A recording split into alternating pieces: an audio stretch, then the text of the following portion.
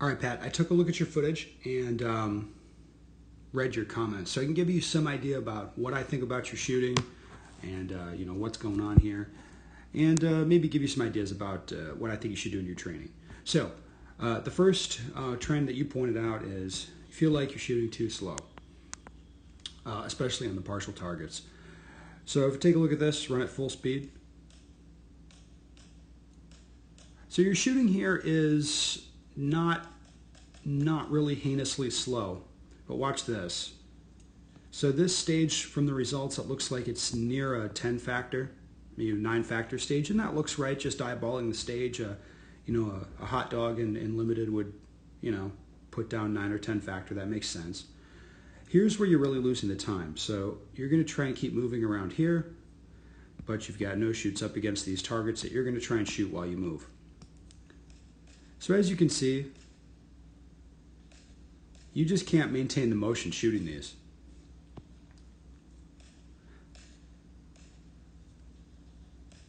So the time lost, I would say, on this stage, maybe if you were more comfortable shooting while moving, this would be more like a 75% stage, something like that. I don't think the time was lost for you on the static shooting.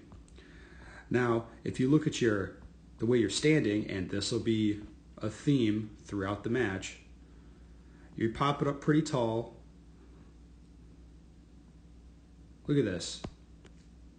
You are standing up very tall, you don't look super balanced, and your feet are very close together. So that makes it tough for you to get moving. As you probably notice, the faster guys have lower, wider stances. They look more athletic and more aggressive in their movements, and that's what that's from. Now, that was kind of the way you looked moving through all the stages in the match. Okay? Wasn't just a one-off. Here, now this here, you're figuring out that you got to keep motion maintained, and keep shooting quickly as you're moving. Now watch what you do here, and that's the third trend you notice: your sight discipline and shot calling. Clearly, watching you shoot there, I was like, yep, he has no clue where those are going. You're just squirting bullets there, which you know that you did that, and you know that that's not a good thing to do. So you don't need to say too much about that, but that is not the way to get faster, is to be squirting bullets like that. That's not going to work.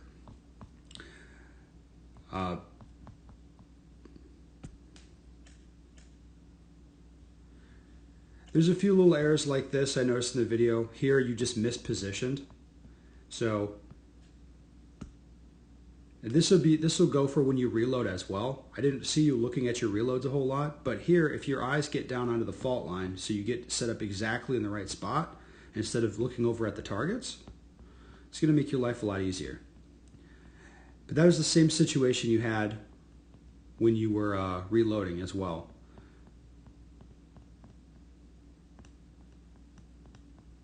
So you'll notice a lot of times when you're moving through stuff here, you're going to do a reload, and I don't think I saw you look at one. Here you go. So, that's the only one I noticed you looking in. Amazing. But taking a quick glance at where you need to go, if it's a tight spot to hit, and taking a quick glance at your reloads when you throw those in, that is a good thing to do. Absolutely. So I think you'll notice here, when the low ports are forcing you into a lower stance, look at how much more stable you are. Now, I'm not saying you should be this low all the time, but when you were forced down, I think it helps things out. So that's what I'd like to see more: bend in the knees, not like this, not where you have one foot kind of floating off the ground like this, and your weight's all clearly supported on one leg. You want to spread your weight out, 50-50 distribution, generally speaking. I think that's going to make life a lot easier. This is what I mean. So you're moving over, and that reload's still going on, but you're not looking it in. I think you're fighting to get the magazine in, and it takes you a while. Okay, so that covers the first two of the trends you notice. But the other thing is, Position entry, you find yourself overrunning position, stopping short, yep. Setting up through a portal but aiming at the wrong target, yep. The way you're going to fix that is by, if you have a position with any difficulty as far as how to hit it or where to hit it, you need to look at where you want to go or pick a marker spot on the ground, which is what I was just talking about on the on that one lean. So here, notice your eyes are up. Your eyes are up. That reload's going in without you looking. And what should be kind of in your thinking or part of the way you your training is, you cannot shoot until this gun's loaded. And you're powering over here. Okay, now you got the gun loaded. The gun should already be up on target. I'm sure you can already see that target here. The gun might as well already be up and ready to go. So that would be, I would say you're late. And then look, as you're looking here, you've got all your weight on one leg and you're not exactly in the spot you need it to be. You'll notice you're shifting your weight around as you're looking for your spot to go here. So how would you fix this? Well,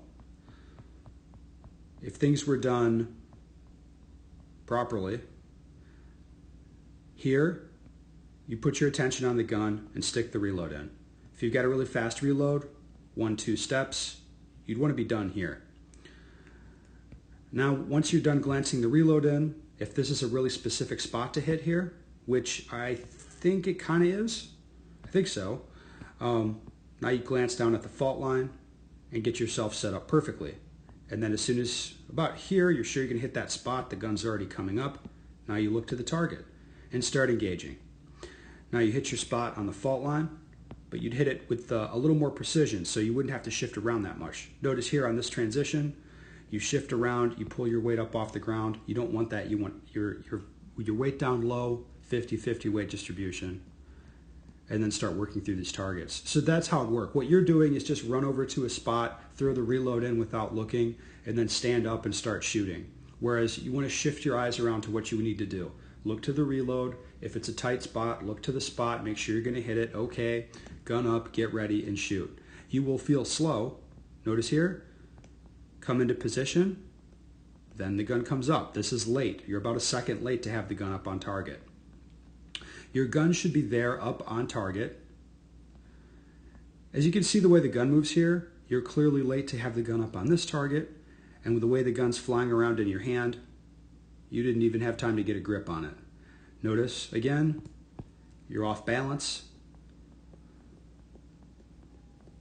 and you completely missed your spot where you're supposed to be.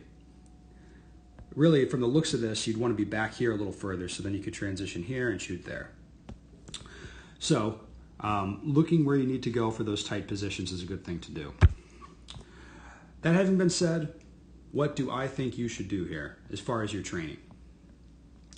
Well, there's good things happening. You get a pretty good sense of moving through stages. Your plans look pretty sensible.